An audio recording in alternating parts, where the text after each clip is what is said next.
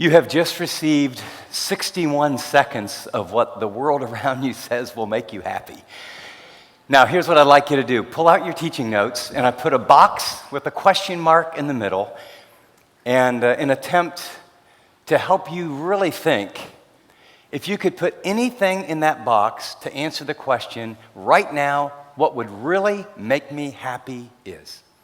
Okay? I mean, just don't have to be super serious, but you can if you want. But what would make you happy? What could God put inside that box that you would say, oh, wow, I'm not sure I could ask for anything else ever. And for some, it might be a car. Others, it might be a house. Might be a job. Might be a mate. Might be restoring your marriage. It might be your health. Might be something, with a friend or a loved one. But if you could just put anything in that box, for some, it might be, fame or money, win the lotto. For others, it might be if I could be 4 inches taller, 3 inches shorter. If I could just gain 15 pounds of muscle, lose 50 pounds of not muscle, I mean, if you could be anything, what would make you happy? Because here's what I can tell you. You have something in that box. And your time and your energy and your focus is unconsciously gravitating toward filling that box because you're human. Here's the problem. Have you got it yet? Because some of you are looking at me like, I think that's the introduction. No, I really want you to do that. Because the clearer you get on what you really believe, not what you ought to believe, but what you believe would make you happy, the more powerfully God's going to speak in our minutes together. Now, here's the hard part. The horizon is always moving. I had a mentor in my life. He said that all the time, and I was a little shy, if you can believe that. I didn't know what he meant, but it just sounded so profound that I just nodded my head. Yeah, the horizon's always moving. And he had a sailboat. And he said, when you're in a sailboat, and especially you're out on the bay, and you go toward the horizon, you think you're going to get there, but as the sailboat moves, the horizon keeps moving. So it doesn't matter how far you get toward the horizon, you never get there. And see, the sad part about whatever you put in that box, even if it was restored health, a year from now, you would put something different in the box. I don't care what it is. See, a year from now, if it was like, oh, if I could just get married, now it would be, if you could just help him get a life, right? Or if you could just help her too. Or, we're married, but if we could just have a child, if we could just own our home. Well, now we owned our home. We've had it for 7 years, but the kitchen's a mess. We need to remodel it, right? It doesn't matter. The horizon is always moving on this pursuit of happiness. In this series, we're going to learn there is an actual secret from Scripture to be happy. And we're going to learn what it is. And if you decide, you can go into training or practice to become happy, content, satisfied, deep in your soul on a regular basis. Historically, there's 2 approaches. You'll notice on your notes, a couple approaches to this thing called happiness. If you wonder what happiness is, it's a feeling or showing pleasure or contentment. Sometimes it's just a feeling, or sometimes it's showing pleasure, or it's this deep-seated sense of contentment. Contentment is happy enough with what one has or is, not desiring something more or different. Satisfied. I mean, that's a wild definition, isn't it? Content, happy, satisfied with enough. Read sign. Happy, content, satisfied, not just with what you have, but with who you are. Happy that you're exactly the height that you are. Happy that you have the personality that you have. Happy that you currently have the job that you have. Happy that you live in the life situation that you currently do, whether single or married or a single parent. We're going to talk about that. Historically, one approach is conquer, achieve, acquire until satisfied. This was sort of the Roman Empire Western approach. The Roman Empire didn't want to take over part of the world. They wanted everything. And they would take over everything. And much of our American roots are rooted in that. And so you have been taught, and I have been taught, conquer, achieve, acquire, success, fame, money, a good education, find the right person. If you find the right person, you want have a couple kids. Have a couple kids that grow up. They get in the best schools and the best teams. Then they go to the best colleges. Then they're upwardly mobile. You'll be successful. Everything will turn out right. And if you do all those things, you will be happy. or so the theory goes. But the horizon keeps moving, right? Anybody know people that are successful, rich, upwardly mobile, who have no relationship with their kids, who are depressed and give their whole life to work and wish they could have a do-over? I do. The second or opposite approach is if the horizon's always moving and you can never be happy, then the second approach is desire less and less until it doesn't matter. You just desire less and less until, who cares? This was the Stoic approach. The Stoics, Greek philosophers, they basically would say, the only way to really be happy is reduce your expectations and desires so nothing can ever disappoint you. And so literally, the Stoic philosophers would say, take a piece of pottery or something in the house that you really, really like and throw it to the ground and let it break and say, I don't care. And then if a pet dies or if you really want to grow, kill a pet that you really like, and when you kill it, say, I don't care. And then when you get injured or sick, just say to yourself, I don't care, I don't care. And the last line, one Epictetus, Stoic philosopher, says, if you do this for a sufficient time and practice it long and hard enough, you can come to the point where when those who are dearest and nearest to you die, you can say, I don't care, and mean it. I don't know about you, but I just don't think that's the way I want to go. The Stoic and Eastern philosophy really is reduce all your desires. The Western view is get all you can. Okay, let's look at God's view. Paul's going to tell us that there's a way to be happy. He's going to teach us very specifically that there's a third way. And he's going to teach us that it doesn't depend on your circumstances. You'll notice the question is, how can we be happy and satisfied? Circle the word today. Much of your thinking, we've been brainwashed to think that it's an if-then. If I have, if I achieve, if I become, then I can be happy. Paul's going to say, no. The Bible's going to teach God wants you to be happy, satisfied, know in your heart of heart. Now, this doesn't remove ambition, proper ambition, but you can be happy and satisfied and say, I have enough for today. The context is Philippians chapter 4, verses 10 to 13. Paul's in prison. He's an old man. It's about AD 61. He's chained between two guards. It's damp, it smells, there's rats, and the food is bad. He has scars all over his body. 3 times already in his life. It's called the 39 lashes. He's been whipped within an inch of his life. He spent a night and a day in the ocean wondering if he was going to live. One of his closest friends, a guy named Demas, bailed out and betrayed him. So he's had emotional, spiritual, and physical circumstances when he's writing this that are like not good. His health isn't good. His friends have deserted him. And oh, by the way, according to chapter 1, he's not sure if he's going to get executed or not, but it looks pretty likely. So those are his circumstances. Into that, he writes a thank you letter. The Philippian church was one of the early churches that helped him financially. They'd given 2 or 3 different gifts, and then we're not sure what happened, whether they don't know where he is or they didn't have any money to give, and they wanted to help him. And Philippians is really a thank you letter to that church because Epaphroditus, one of their church members, had come and brought a financial gift so he could buy food and be taken care of. If you were in prison in Rome, they didn't feed you. If you didn't have friends and family to bring you food, you just starved and died. And so he writes in verse 10, I rejoice greatly in the Lord that at last you've renewed your concern for me. Indeed, you were concerned, but you had no opportunity to show it. Would you underline, I greatly rejoice? He's happy. He's in prison. He has bad health. He's been betrayed. He's happy. He's happy what? One, that the word renewed there, it's a picture elsewhere of used of like, those bulbs that you plant and the flower comes up and then it looks like it dies and it's dormant and the next year like the bulb pops up. It's this word. It's like this intimacy, this relationship. You wanted to help, but it's been rekindled. You didn't have opportunity. You didn't know where I was. You didn't know what was going on.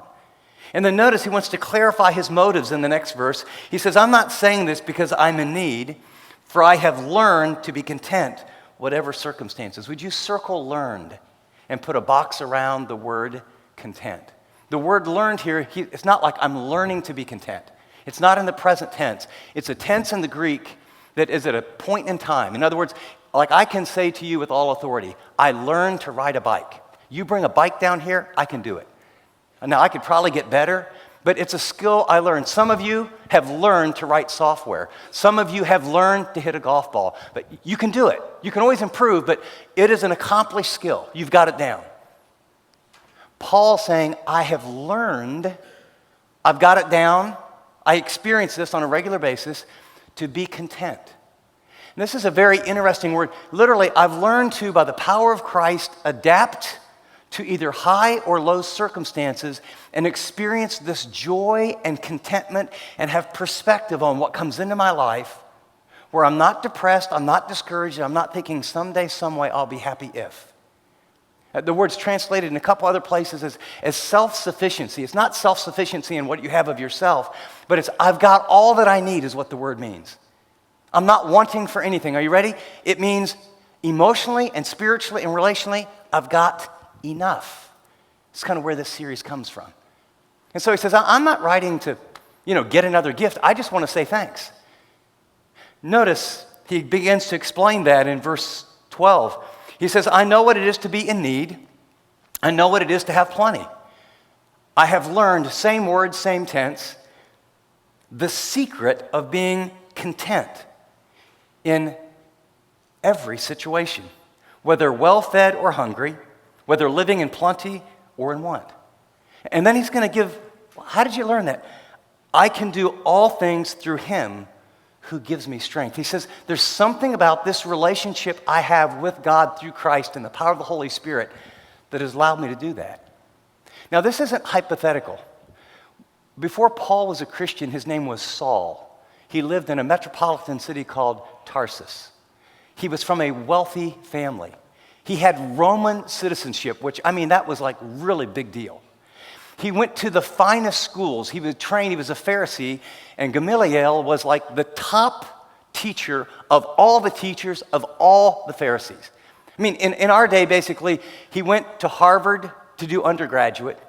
He went to Wharton School of Finance to do his MBA, came to Stanford to do his doctorate, and then did his postdoc work at Yale. That's this guy. He could go anywhere. He had money, he had education, he had fame, he had knowledge. Will Durant, who is a secular writer, historian, he has, I've got them, they're 15 volumes of the whole history of the world. When he comes to this section of history, he says the brightest mind on the face of the earth was the Apostle Paul in the first century. So guess what? He has learned to be content, happy, satisfied living there, but he's been beaten 3 times. He has the pressure of the church. He's betrayed by people. He has bad health. He's got scars all over his body. And he's currently in jail eating bad food. And he says, I have the same level of contentness and happiness and satisfaction here as I had here. Why? Because I learned a secret. And I'm going to teach you that secret. Now, this is sort of a silly question, but I think I know the answer. But how many of you would like to be happy all the time? Satisfied, at peace, content? Well, I think all of us, right? In fact, that's why a lot of you get up. In fact, that's why if you look at your schedule, if you open your smartphone and you look at your schedule, that schedule tells you this is what I'm doing to be happy and content and satisfied. If you look at where all your money went last month and last year, this is what I'm doing to be happy and satisfied. Because we're all driving toward that. The question is, what if we got it wrong? What if we bought into one of 2 approaches that don't work? At the bottom of your notes, happiness is a thing to be achieved, is not a thing to be achieved, but a secret to be discovered. A secret to be discovered. I believe that right out of this passage, out of his modeling of his life and teaching, he will give us 4 principles and 4 practices so that you and I now can put on the training wheels and then practice to be happy. I have news for you. When I learned to ride a bike, when my kids learned to ride bikes, when my grandkids learned to ride a bike, we didn't put them on a bike and go, ooh, wow, that was great, right? Training wheels, and then you push them, they fall. You push them, they fall, right? When you learn something, there's trial, error, practice, rhythm, discipline. You learn to play an instrument. You learn to draw. You learn to paint. It takes time and practice. The happiness and contentment and satisfaction is going to require truth. But there's 4 specific practices that you begin to practice. And I will tell you, in 30 days, in 60 days, in 90 days, in 6 months, it will transform what you experience in terms of genuine happiness and contentment. The first principle, contrary to the lie that my circumstances, and when my circumstances align with my desires, that's sort of what we unconsciously believe, says this: genuine happiness is not dependent on our circumstances. Genuine happiness, contentment, satisfaction is not dependent on our circumstances. And you say, where do I get that? Look at, what's it say? Verse 10, I greatly rejoice. I've learned to be content in any situation. See, what we believe is what I call as the win-then syndrome. It is baked into your mind. It's baked into our culture. It's baked into advertising. It's baked into how you've been brought up. And the win-then syndrome is a lie and a myth. When I'm successful at sports, then I'll be a somebody. When I get good grades, then I'll be happy. When I get into this school, then I'll be happy. I'm single. When I get married, then I'll be happy. We're married. When we have children, then I'll be happy. When we have one less child and they get out of the house, then I'll be happy. Right? When I make enough money and you name a number, then I'll be happy. But 2 years later, that number doesn't work anymore, does it? When we go public, then I'll be happy. When we can get out of this trying to go public and I get a life back, then I'll be happy. Then I'll be happy. We're working on this software program. When we're done with that, then I'll be happy. When my kids get into this school, then I'll be happy. And I don't care when, then. Whenever you get to the then, just, set your watch. 6 days, 6 months, or 6 years. Whatever it was, it doesn't deliver anymore. But your current schedule, when all my kids are exposed to youth sports and ballet and piano and violin and gymnastics and get on the right team and then make the traveling team and then get good grades and then get a scholarship and then go to this school, then I'll be happy. When we own our own home in the Silicon Valley, then I'll be happy. When we can upgrade to and I'm telling you, the pulsating force in your life and your energy and your relationships is believing that lie. And it's the world system. But Paul says that's really not true. And he models it. So what's the practice? How do you break out of that? Here's the practice: be thankful. Be thankful. See, if you start habitually to thank God for what you do have, instead of focusing on what you don't have, your orientation changes. Now, this isn't against a healthy, godly ambition or focus or goals, but I got to tell you is that all of us, if I gave you 100 pieces of information, 95 were good and 5 were bad, and I gave you a test 2 hours later, you could remember 3 of the 5 bad ones and probably very few of the good ones. Our minds gravitate toward what's wrong, what's bad, and then we focus on that, and then we start looking through that. Very unpleasant confession. And I like to say it was just the first year of our marriage. I just learned it then, and I've had to practice since. My wife, great, love her. She loved God, I love God. We got married, put our stuff in a van, drove to get training for seminary, and I had idealistic views about what marriage was going to be, and so within about 6 months, I realized, you know what, I got a great wife. 95% of all of her is awesome. But there's this 5%. There's a couple things she does that she probably shouldn't be doing, a couple things she really needs to do, and one that just really bugs me. And so being, a teacher, a leader, and the kind of husband that you ought to be in your family, I decide that I'm going to develop the game plan to help her change those 5%. Because, what are you laughing about? So I'm going to, I got to develop a plan, and when she changes that 5%, then I'll be happy. I can't be happy when she keeps doing those 2 things and doesn't do these other 2 things and the one thing that really bugs me. That's just got to go. So I develop a plan to correct her and help her become the woman she needs to be, so I will be happy. Like, what's wrong with this picture? There's one lady over here, I'm not going to make eye contact. She goes, is he really serious? Yes. I mean, that's how I thought. So guess what? 95% of my marriage was great. Guess where my focus was? On the 5%. When I focused on the 5%, guess what happened? It grew to 10%. Then it was 20%. Then it's 30%. Then I'm driving in the car, and I have this wife that loves me, and she's loyal, and she's great to our kids, and blah, blah, blah, blah, blah, blah, blah. But, my 5% is now to 25%. I'm not happy in my marriage at all. And divorce isn't an option. So what do? I'm stuck. In fact, those two things have got to four things, and apparently because I'm frustrated, I seem to be doing some things that is causing her level of frustration and happiness to go. We're in this vicious cycle of unloveliness. So yes, we went and got counseling, got some help and all that, but I will tell you, all the counseling, all the tools and unpacking baggage, thank you, Lord. But I will tell you what helped the most was I began to not allow those 5% to dominate my thinking. Every time that came to my mind, we had a game plan, we had to address a couple things, I had to address some things, but I would thank God. God, thank you. I got a wife that loves me. I got a wife who's loyal. I never have to worry about fidelity. I got a wife that really prays for me. I got a wife that every time I come home, there's a meal on the table. Man, she looks great, fixes her stuff up. I got a wife that so cares for my kids. I got a wife that she's my best friend. Thank you, thank you, thank you, thank you, thank you, thank you. See what it does to your relationship? Let me ask you, think about the thing that frustrates you, that makes you most discontent or most unhappy or least satisfied right now. What is it? You got it? Here's the deal. Start thanking God for what you do have in your job instead of what you don't have.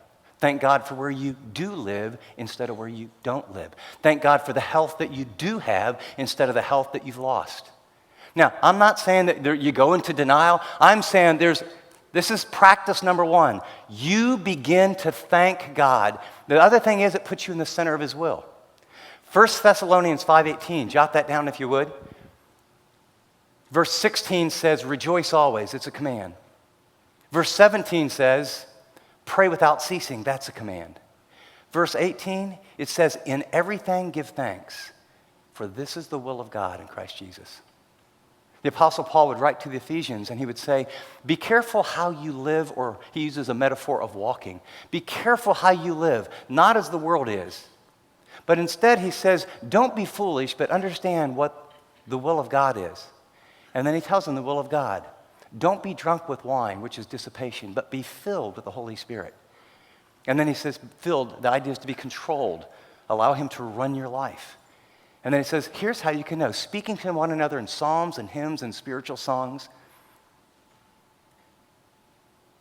Giving thanks for all things in the name of our Lord Jesus Christ as you submit one to another.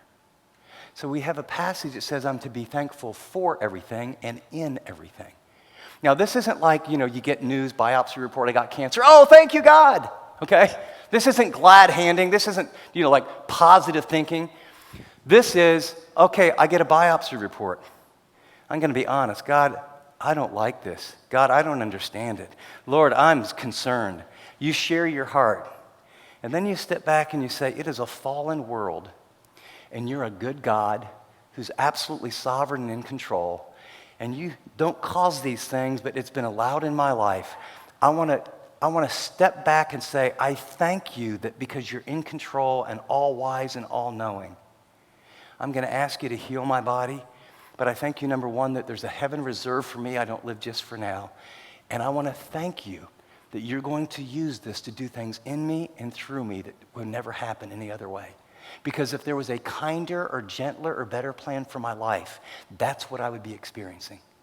And see, when you start to thank God legitimately and honestly, what happens is you've got to get a high and accurate view of God. And that's why when you see some people go through tragedy, it makes them. And when you see other people go through tragedy, it breaks them. Practice giving thanks. The second principle is that genuine happiness is an attitude we learn, not a thing that we achieve. Notice verse 11, I have learned. Verse 12, I have learned. Happiness is not out there someday, some way. Happiness is the byproduct of a relationship that allows you to adapt, that allows you to think, that allows you to have a perspective, that allows your emotions and your mind and your relationships to have enough for today. See, one of the lies about happiness is its future. I'm coming to believe, Christian or not, I think the vast majority of all the people in the world are living for a day that's not today. I'll be happy, right? When? Could I just kind of this is not like rocket science, but I mean, I greeted a fella in our church as he walked in. I asked him how he's feeling. You know why? Because he walked out in that lobby, he had a heart attack, and his heart stopped. If it wasn't for people in our church, they put defibrillators on him, he wouldn't be sitting here today.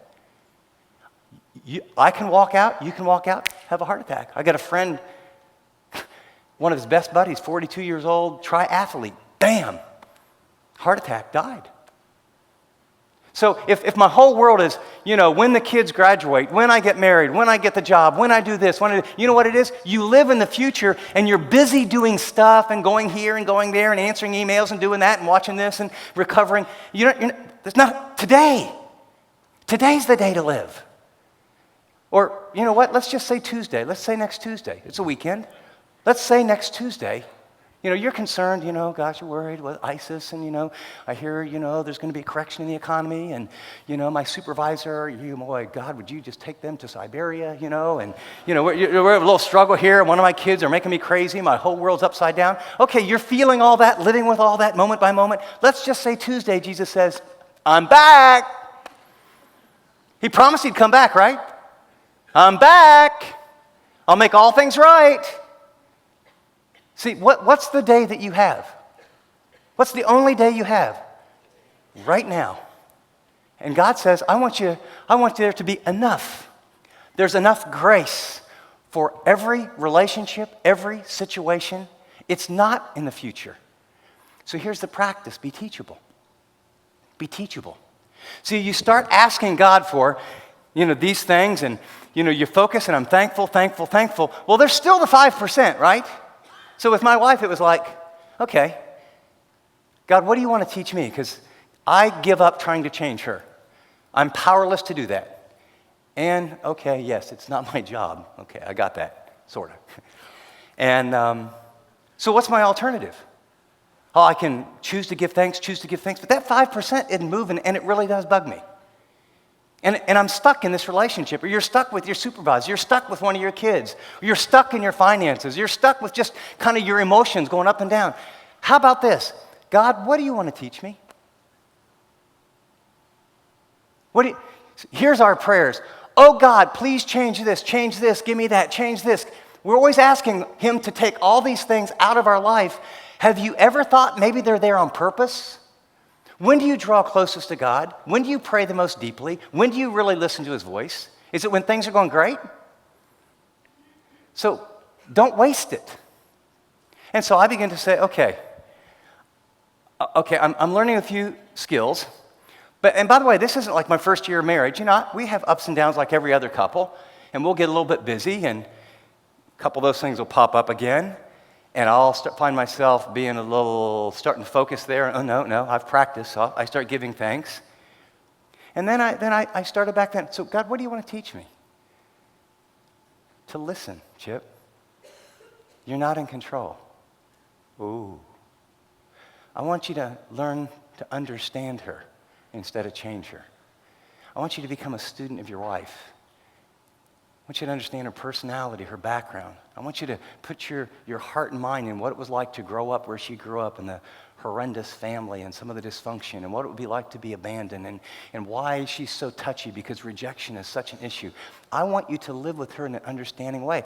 I want you to be like Jesus to her, that loves her in ways that she needs to experience. Oh. I want you to learn to shut up. I want you to learn to be less selfish and focused on you and your emotional well-being. And I want you to be to her what Jesus is to the church. He gave his life. Well, guess what? You know what? I now got some pretty good assignments here. And I'm not whining inside or talking to my closest friend, my marriage really isn't very fulfilling right now. I just can't believe it. She was never like this when we first dated, and, he used to do this. Now I always just sit in the recliner and watch sports, right? And here's what happens. People don't wake up one day. I had a lady come down in tears last night, and I prayed for her, and she's from another church and involved in a whole different world. And she just came here. She goes, I just needed some oxygen. She's been involved in ministry for 25 years, and her husband that morning said, I don't love you anymore, and I don't want to do this anymore. And she was just in tears. And I talked to her about maybe some steps she might take. And she's living in such a world where she's giving out to so many people. She goes, I can't even go to church for myself. And that's a drastic, but I wonder how many of us in this room are doing all these things we ought and should and got to do to fill in a box that we'll never fulfill, and somehow thinking today isn't the day, and living for and doing stuff that absolutely, if you looked at it, this is nuts, and you're really smart people. This is not how to be happy. This is not how to be satisfied. This is not how to honor God, so be teachable. The next principle begins to ask you where and how you might need to be teachable. Principle number 3 is prosperity does not have the power to make us, nor poverty the power to take it away. Let me say this again because most of us do not believe this one. Prosperity, the great job, the great house, the upward mobility, the right schools. Prosperity does not have the power to make us happy, nor poverty the power to take it away. Comes right out of verse 12. Paul says, I've learned to be content in any and every situation. And you're all, right? We're smart enough to know, I don't care who you are, you're going to have ups and you're going to have what? Downs. You're going to have ups and downs financially, you're going to have ups and downs relationally, you're going to have ups and downs in circumstances, you're going to have ups and downs in your health. So no one has all ups. But if you believe that prosperity can make you happy, your life and your energy and your focus and your time will be very clearly aligned around that. And it won't deliver. If you want to know what the practice is, it's be wise. Be wise. You say, what Chip? No. Thankful, I get. Be teachable, I get. But be wise. Here's the deal. Don't be a fool. See, if you believe that prosperity is going to bring happiness, that working a bunch of hours and having your kids and everything all the time so that they can be successful, you're a fool. That's not me. Let me describe what a fool is according to Jesus. He was teaching to a large multitude, and someone yells out of the crowd in Luke chapter 12, verse 13. Someone in the crowd said to him, Teacher, tell my brother to divide the inheritance with me. Man, who made me judge or arbitrator over you? Jesus responds. Then he went on to say, Take care and be on your guard against all greed and covetousness, for one's life does not consist of the abundance of your possessions. And then he told them a parable. There was a land of a rich man, and it produced plentiful. And he thought to himself, What shall I do? For I have nowhere to store my crops. And he said, I know what I'll do. I'll tear down my barns, and I'll build bigger ones, and then I'll store all my grain and all my goods, and I'll say to my soul, Soul, you have ample goods laid up for many years. You hit the lotto, you went public, you got money, you got it made.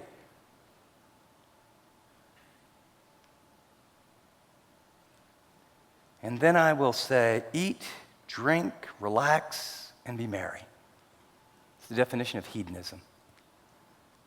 It's the definition of prosperity will deliver happiness. But God said to him, this is where I get this, fool. God said to him, fool. This night your soul is required of you, and the things that you have prepared, whose will they be? So is the one who lays up treasure for himself and is not rich toward God. Be wise.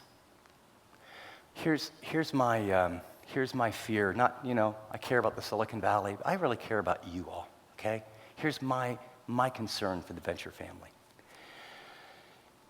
I don't know all of you, but I know a lot of you.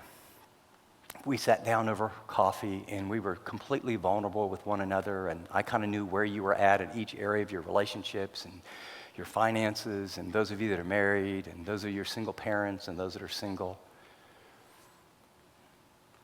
I would meet people that when I asked some probing questions, that your work demand is just off the chart because you live in the Silicon Valley.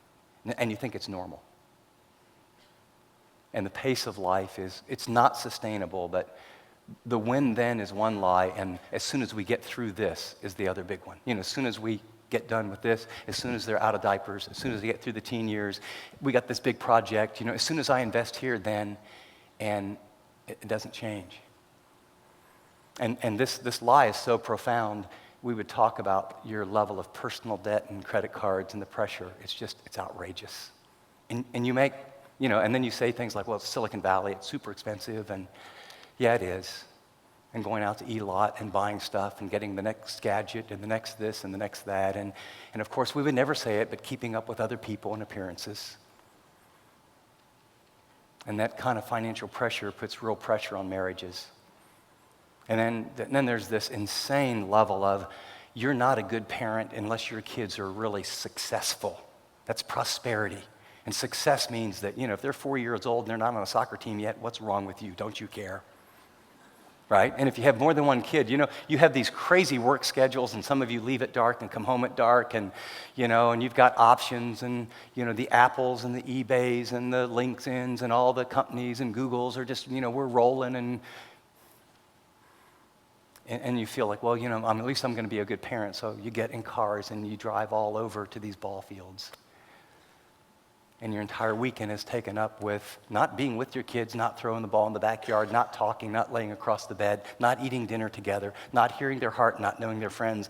They have a uniform and enough equipment that costs you $1,000, and you're on the road all weekend, taking them here, taking them there, and the pressure, everyone telling you this is what a good parent is. And then you got to, once you drop them off, you got to get back because you got another kid at the other game, so you divide and conquer as parents, and then, of course, Monday's ballet, and Wednesday is gymnastics, and that's what good parents do. And the lie is that that's prosperity.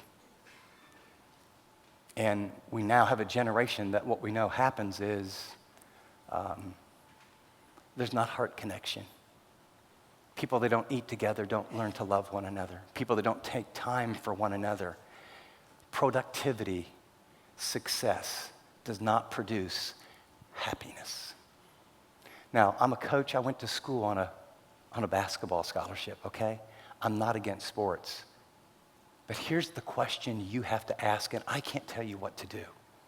Here's the question you've got to ask about your work schedule, about your finances, and about your children.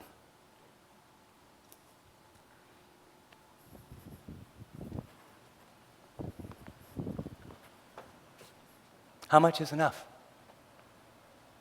Okay, draw a line in the sand. You tell me. When I make this much, that's it. We're going to do one sport, but not more.